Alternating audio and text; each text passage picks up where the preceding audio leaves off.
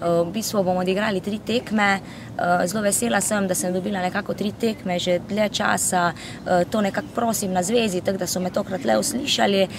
In sicer rada bi dekletom pred kvalifikacijami, pred samimi kvalifikacijami pokazala, kako je, ko imaš nek turnirski način tekmovanja oziroma 3 dokaj močne tekme. V nedeljo odigramo s klubom, ženskim nogometnim klubom Pomurje, ki se pripravlja na Ligo prvakinj.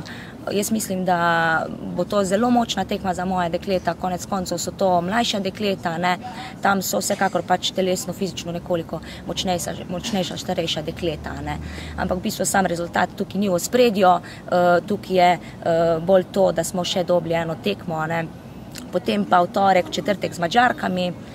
Madžarke dobro poznamo, v bistvu smo se že večkrat kosali z njimi.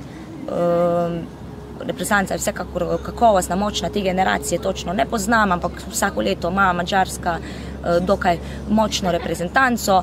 Pred kvalifikacijami je to sigurno dobra tekma, tako da je pa tudi verjetno malo grenkega priokusa še pri njihovem selektorju, ker smo pa pred 2 letoma v kvalifikacijah pridobili 3 točke proti njim. Verjetno pa bo ob tem napornem ritmu 3 tekem tudi čas za trening.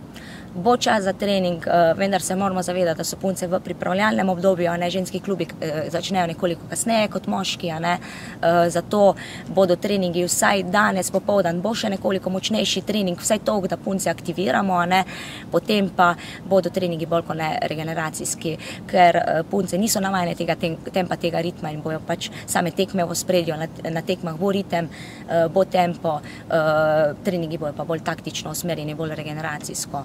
Tako da res ne bi bilo za ta mlada dekleta povsem prenaporno konec koncev, še imamo en slab mesec do kvalifikacije, imajo še kar nekaj časa, da se lahko pripravijo. Kaj od deklet pričakujete v fazi obrambe, fazi napada?